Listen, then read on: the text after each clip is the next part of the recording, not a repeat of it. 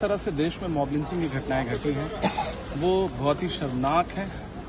छत्तीसगढ़ में 3 मुस्लिम युवकों की मॉब लिंचिंग हुई जो सहारनपुर के रहने वाले थे। अलीगढ़ में एक लड़के की मॉब लिंचिंग हुई और बाद में उसी के खिलाफ मुकदमा भी कायम किया गया डकैती का। ये जो पूरी प्रक्रिया है वो सीधे सीधे एक समुदाय विशेष के खिलाफ जो नफरत देश में फैलाई गई है उसको रोकने के लिए न तो केंद्र सरकार न राज्य सरकारें कोई काम नहीं कर रही हैं। बुलडोजर जो कल्चर है वो लगातार मुसलमानों को कुचल रहा है, उनके घरों को तोड़ रहा है। ये बहुत ही शर्मनाक है और इसके खिलाफ हम लगातार आवाज उठाएंगे। आज हमने यहाँ पोस्टर दिखाया है, हम पार्लियामेंट में भी आवाज उठाएंगे और इस कल्चर को रोकना पड़ेगा, नफरत को रोकना पड़ेगा।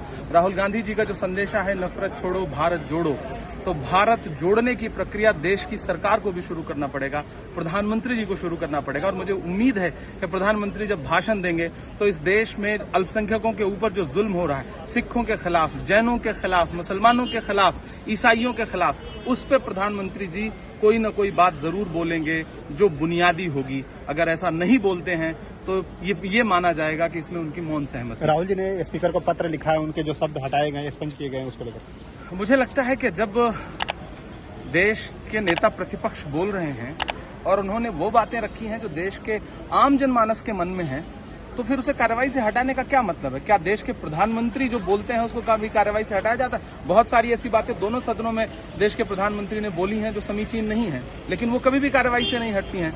तो अब स्पीकर महोदय को एक तरफा कार्रवाई नहीं करनी चाहिए। अगर करें तो सबके लिए कानून बराबर लागू करें या फिर किसी के लिए ना करें। लाहौटी पीर का मोहल्ले का रहने वाला हूँ।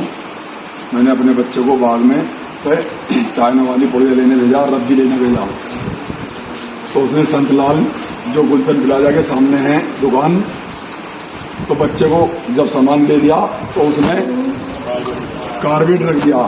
मैंने कार्बेट उसे वापसी कराने को बच्चे को भेजा बाग में से वापसी, उसने कार्बेट वापसी नहीं करा, बच्चे को मारा और पीटा।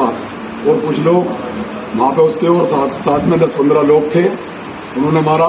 एक हनी था और एक और रेडावली का लड़का था, और सबको बुला के उन्होंने बहुत पिटवाया है। बच्चे की मेरी बहुत तबीयत खराब है। मैं प्रशासन से अपनी गुहार लगाता हूँ कि मेरी खुद मदद की जाए।